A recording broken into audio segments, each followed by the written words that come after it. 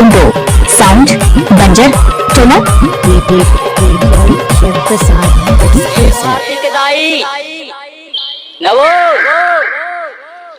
न उठस नहीं ये छानी मची रही है कौवा नरिया आवत है बिहान हो के कौनऊ ना हो है का अरे कान का जगह था छेत का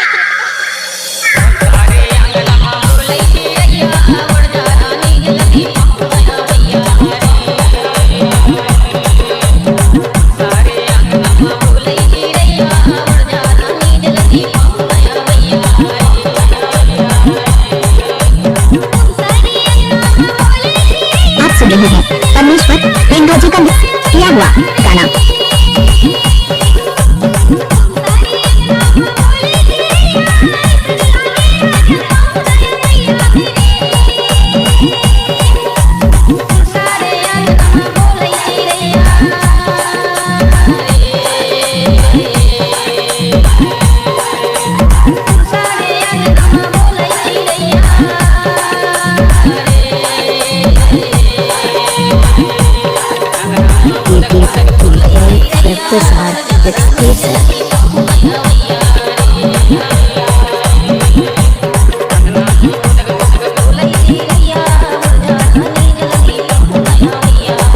डीजे परमेश्वर पेंडो पंखी बंजर वाले।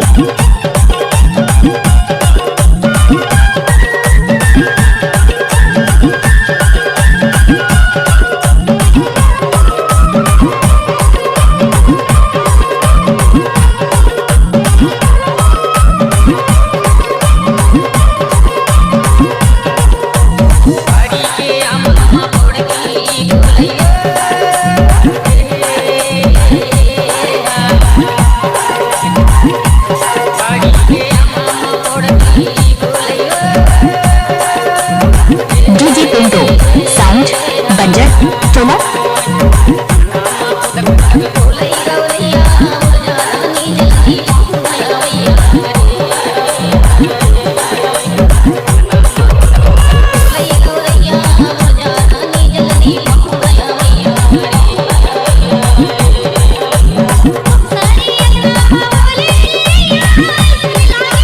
जब तक सूरज चांद रहेगा परमेश्वर का नाम चलता रहेगा।